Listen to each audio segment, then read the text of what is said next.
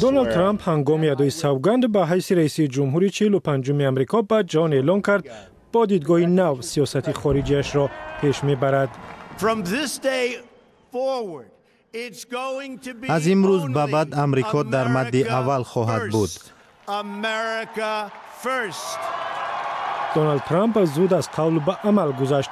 امریکا را از عهدنامه تغییر اقلیم و یک سازشنامه تجارتی مهم با کشورهای اقیانوسیه خارج کرد.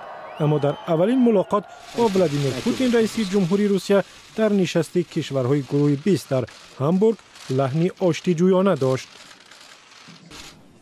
ما منتظر دیدن چیزهای مثبت زیادی هستیم که در روسیه، امریکا و هر جای دیگر صورت میگیرند. امیدوارم طور شما گفتید ملاقات ما ثمرهای مثبت میدهد. دونالد ترامپ تحریمات بر ضد روسیه را نگه داشت که سال 2014 برای اشغال نیم جزیره کریم اعمال شد. حکومتش همچنین اجازه داد که امریکا به اوکراین اسلحه فروشد. در یک سال حکومتداری ترامپ چند تفتیش درباره دخالت روسیه در انتخابات ریاست جمهوری امریکا ادامه کرد. روس‌ها در انتخابات سال 2016 دخالت کردند، برقصدانه و بسیار ماهرانه. ترامپ جیمز کامی مدیر FBI را ماه می برکنار کرد، ولی بعداً رابرت میولر رئیس کمیسیون مخصوص شد که دخالت احتمالی روسیه را تحقیق میکند. یگان همدستی بین معرکه ترغیباتی ترامپ و روس‌ها و ترامپ و روس‌ها نبود.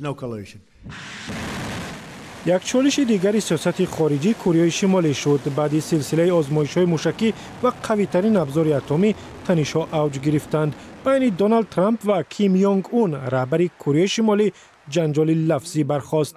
ترامپ او را در توییتر مردکچه موشک به دست نامید. بهتر است کره شمالی دیگر به امریکا تهدید نکند. با آتش و خشم دوچار می‌آیند که جهان هیچگاه ندیده است. رهبران بسیاری از کشورها نگران شدند. من معتقدم که جنجال لفظی برای حل این مناقشه کمک نمی‌کند. دونالد ترامپ به ایران هم هشدار داد. او تهدید کرد امریکا را از سازش اتمی بین ایران و قدرت‌های جهانی که در سال 2015 حاصل شد خارج می‌کند. ترامپ گفت سازش باید تغییر یابد زیرا کمبودی‌های وحشتناک دارد. ایران به هیچ گونه تغییر راضی نیست. برجام میمانه، ما راه رو ادامه میدیم. دونالد ترامپ اولین سفر خارجیش را از عربستان سعودی آغاز کرد و در آنجا از مسلمانان جهان خواست افراطگرایی را از بین برند، ولی مردم زیادی را به خشم آورد. اول با دستور منع ورود شهروندان کشورهای مسلمان نشین به امریکا و هم اعتراف بیت المقدس به حیث پایتخت اسرائیل. با وجود وعده کاهش دخالت امریکا در مناقشه‌های خارجی، ترامپ ماه اپریل نشان داد که آماده استفاده نیرو است.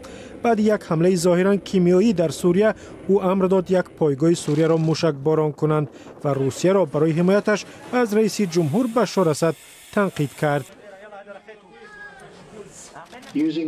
با استفاده گاز کشنده زرین، اسد رشته عمری مرد و زن و کودکان بیچاره را برید. در افغانستان امریکا برای محو پناهگاه داعش بمب عظیمی را پرتاب کرد. دونالد ترامپ خط مشی جنگ 16 ساله را ادامه داد که از رئیس جمهوران پیشین میراث گرفت. او برای مبارزه با جنگجویان به افغانستان 3000 سربازی دیگر فرستاد. به حمایت امریکا از ناتو تاکید کرد، با وجود آنکه قبلا این پیمان نظامی را کهنه شده نامیده است. در اولین نشست ناتو ترامپ نخست وزیر چرنگوریا را طلا داد و از اعضای سازمان خواست برای ناتو پول بیشتر بدهند. این برای مردم و مالیات دهندگان امریکا عادلانه نیست. کشورهای زیادی پول سالهای گذشته را نپرداختند. بعد یک سال پرحادثه در صحنه جهانی، شریکان و رقیبان امریکا خود را برای سال دوم ریاست جمهوری دونالد ترامپ آماده می کنند.